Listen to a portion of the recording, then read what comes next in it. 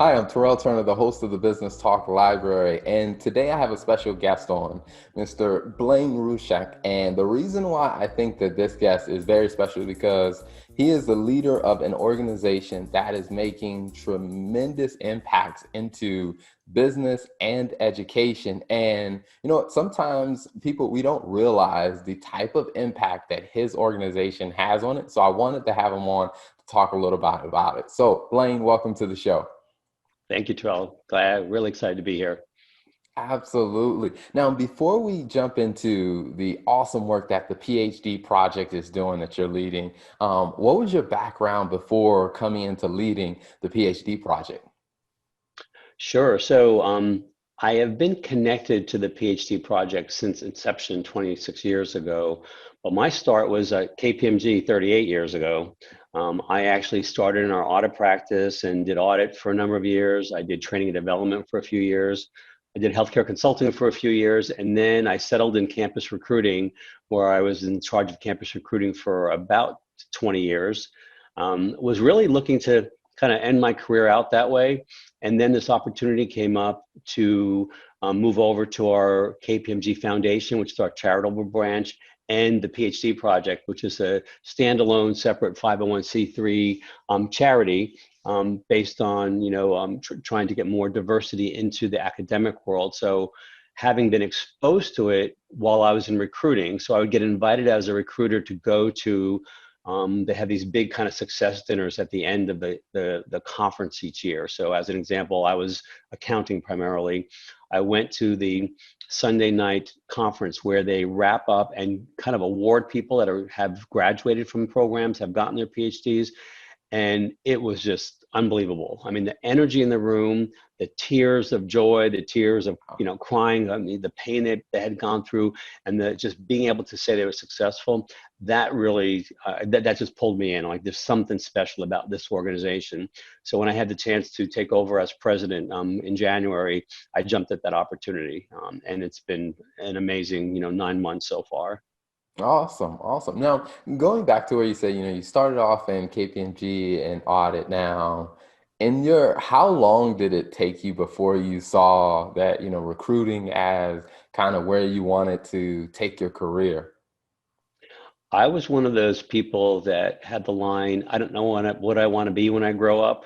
So what I found was, auditing was great, but I had this like the creative side of me needing to get out. I was a TA when I was in college and I loved that teaching part. So I thought I want to do that someday. And so when I went to KPMG, what they had programs where you could become a national instructor for them while you're still doing your audit work. And so I did that and said, okay, I love teaching. And as time went on, I said, okay, I love the teaching more than the auditing.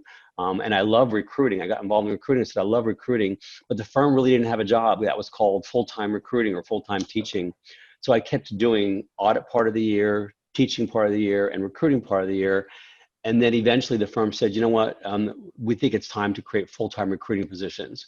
And so I was actually the first full-time recruiting director when I was in LA, became the first time full-time recruiting director.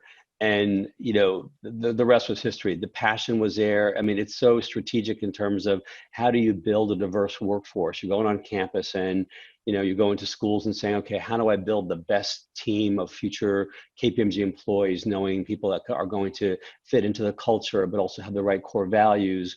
How do we improve diversity? How do we define diversity?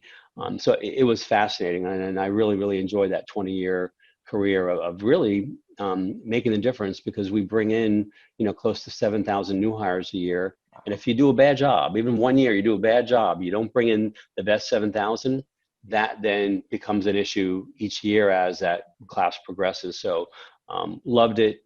Wouldn't have traded those years for the world. But it also exposed me to great things like the PhD project and the foundation, which does a lot of charitable work and work with higher ed as well. hmm And now, speaking of the PhD project, I mean, with that, I think that that is an organization that where I've met people that aren't familiar with the PhD project. So, how do you describe or introduce people to what the PhD project is? Right. Well, I start by saying we're the best kept secret in America, because you hear the word PhD project and it just sounds like, okay, it's like an education program. Someone gets their PhD. no one even know it's connected to a diversity initiative and kind of racial equity. That doesn't even tell you anything by the name PhD project. But in essence, it was, 26 years ago, we looked at business education and the student base of people going to business, and it was woefully underrepresented. Gotcha. Very small number of Black students, very small number of Hispanic students, very small number of Native American Indian students. And so KPMG Foundation at the time got together with 10 really strong academics and said, how do we change this? Because right now, each firm is just fighting to get the same, number of diverse candidates that they can hire, but no one's changing the overall population. And so they said, well, there's a hypothesis. What if people of color aren't going into those professions, into business schools, because they don't feel comfortable there because no one looks like them? So that was the hypothesis. And they basically tested it out by creating this program called the Ph.D. Project, which literally tries to get successful people from business that are, Black, Hispanic, Native American Indian, to leave their job. So to leave that nice six-figure job, go get a PhD. So spend 46 years getting a PhD, and now become that professor in the classroom. That's going to be the mentor, the role model. And so that was experimental at the time, and it just exploded. It took off like crazy. So we've gone from under 300 academics in the business school of color to close to 1,400 right now. Wow. And that's over a 25-year period. That's quintupling the number of Black and Hispanic and Native American professors. And now, because it's gone the 26 years, it's not just professors in the classroom, it's department chairs, it's deans, it's provosts, and we actually now have some university presidents. And so now individuals can now impact universities and look at admissions and how they go out and hire new faculty and make sure they have a diversity initiative in there. So it's really continues to make a big impact, not only in bringing in those professors that are the role models in the classroom, but leaders at their universities that can help change how universities look at, changing the diverse landscape of their schools. So, kind of that's been the life cycle of the PhD project. Now, with a 26-year track record, and the organization is still helping provide quality diverse candidates and quality diverse talent to the marketplace as well as the education. I guess as the leader, do you ever like look in the mirror and pinch yourself and think like, I never thought that I would like be in this position? Pretty much when I was first offered the job, I was like, okay, I'm looking at myself going, I know what the project is and it's amazing, but I'm not sure I'm the right person. But I think what I found is, the organization, we enable, right? So people wonder, well, so are you paying for people? We don't pay for anything for the students. We help put them together. So in November, we hold a huge conference that is free of charge. So to people listening out there, you can go onto the phdproject.com website and you can apply. So if you're African American or Hispanic or Native American Indian, you can apply. It's a virtual conference this year. And at that conference, you will find out what's a PhD, what is it really, and what is it not. And truthfully, about 300 people every year come to that conference. About 50 will decide to actually go get their PhD. So they learn, the 250 that don't learn that maybe PhD is not about as much about teaching as it is research. Maybe they don't want to spend 6 years of giving up their livelihood. But the 50 that go through, they then get mentored all the way through. So for the next 6 years, they have a conference every year that we pay for that brings them all together. And, it's just that strength in seeing other people, the struggles they're having, connect and say, how do we get you past that hurdle? In addition, we time it along with an industry conference or a faculty conference at the same time. So from year one, when that marketing student doesn't even know what they want to research yet, they just want their PhD in marketing, they start meeting faculty, senior faculty from schools that they may want to work at someday. And for the next 6 years, they network, they learn what research topic they want, they get a co-researcher. And so by the time they graduate and get their PhD, they already have schools that are interested in hiring them. So it's a very, very amazing program. And a small percent decide not to get their PhD. So you mentioned earlier that, some don't go in academia, but they found strength in getting their PhD through the PhD project. And then they just chose to go a corporate path, but they're still, friends of the industry. They're still mentoring and being role models for students that may want to go into business. And that's our end goal. Get more students of color to want to go into business. Okay. And then speaking of that, when some people hear, about a PhD, they think, oh, this person just gonna go teach at a college or university. And I know you mentioned it briefly, but what are some of the different paths that you've seen some of the graduates take or the friends of the PhD program take? Right. So the ones that do decide stay in it and go academic, they typically along the way make choices whether they want to focus on a research-based university, which means they're going to spend a lot of their time when they join full time doing research, a little more so than teaching. There's the other extreme that say my passion is teaching, so I really want to go to a university and teach mostly. So I'm going to do some research because that's part of staying connected and up to speed on the industry. And then there's those in between that have a balance of research and teaching. So if they stay in academia, they choose which of those kind of tracks, and then they know which schools fit into those tracks. If they decide not to do the academic route, they either go work for corporate America or sometimes they'll do a postdoctorate. They'll for a year they'll do something else to see, maybe they do want academia, maybe they don't. So there's those kind of opportunities. And for the ones that go corporate America, PhDs are pretty much in demand in many disciplines. Even KPMG hires PhDs in certain of our departments. So if they decide to go that route, we help support them through this amazing network. I mean, somebody knows somebody. It's some company or some school that can help you make the connection you need. Mhm. Awesome, awesome. So now, where can people find out more about the PhD project online or on social media? Right. So on social media, we're very active on LinkedIn. You'll see a lot of posts from our members as well as coming out from me, where we'll talk about the November conference. We'll share thought leadership pieces that our members, a lot of them have done their research on things like racial inequity, unconscious bias. And so whenever we have those good articles, we send them around or post them in LinkedIn. We also make sure people are aware of webcasts that are going on, but people can go to the PhD project .com website to learn all about the project. We also have an amazing group of there's 6 of us that work for the PhD project, and all of us are always open and willing to answer questions because it's kind of daunting. Look at the website and you realize I'm thinking about giving up 6 years of my life. Right, it's a vow of poverty. People also don't realize that business PhD projects typically don't, or programs don't charge for tuition. So when people are making that, oh my God, what's going to happen to my life?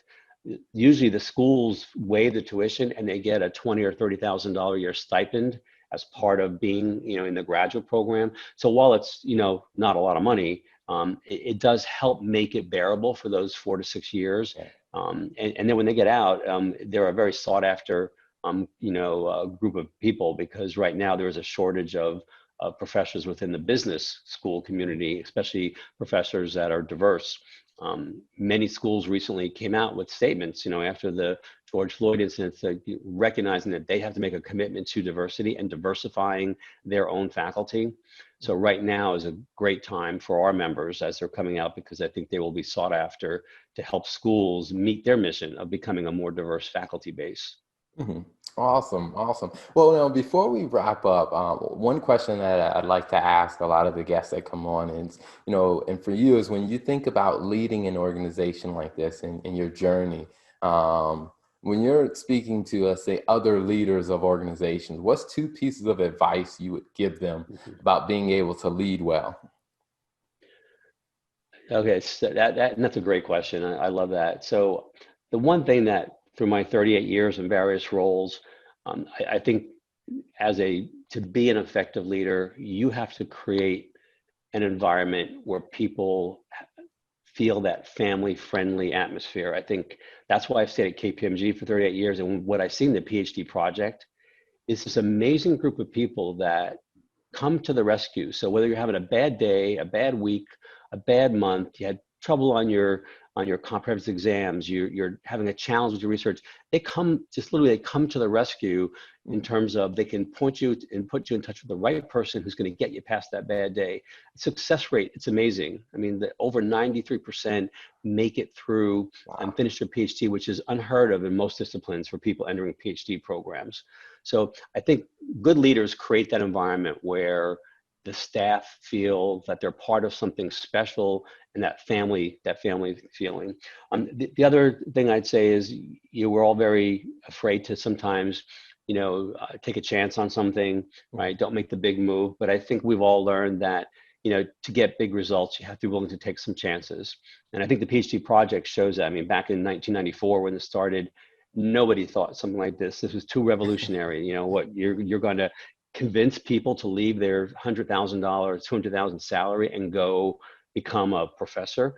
But what we found was many people feel like their purpose in life was not to be an investment banker or was not to be, a marketing guru, but it was to give back in a way that they could influence the lives of young students, especially underrepresented students. And so I think we found that you have to take chances. I mean, a good leader knows you don't want to you put yourself out too risky, but you also can't just keep saying status quo. I mean, even the PhD project, as successful as we've been, we're looking at what we can do. What's the next step? How can we now get more PhD professors tenured, right? How do we make sure that population, what can we do to develop them to be even better teachers now in this virtual world where now teaching is being done a lot virtually? How can we develop the skills in them to be the best at that? So we're never going to stop. It's going to continue to not only bring in the pipeline, but also make sure that we're achieving our end goal, which is to increase diversity in academia and therefore hopefully leading the increase in students of color wanting to join business profession. Awesome. Well, Mr. Blane, thank you so much for coming on the show, for sharing your background, your story, and really, helping us understand, about the PhD project and the great things that are going on. We'll definitely include some links so all of those that are viewing and listening can follow the PhD project and see what you guys are up to next. So thanks for coming on. Great. Well, thanks for having me, and I hope to see a bunch of people virtually at the November conference. So thank you, Terrell. Appreciate it. Thank you for tuning in to the Business Talk Library. If you like our content, be sure to follow us on social media.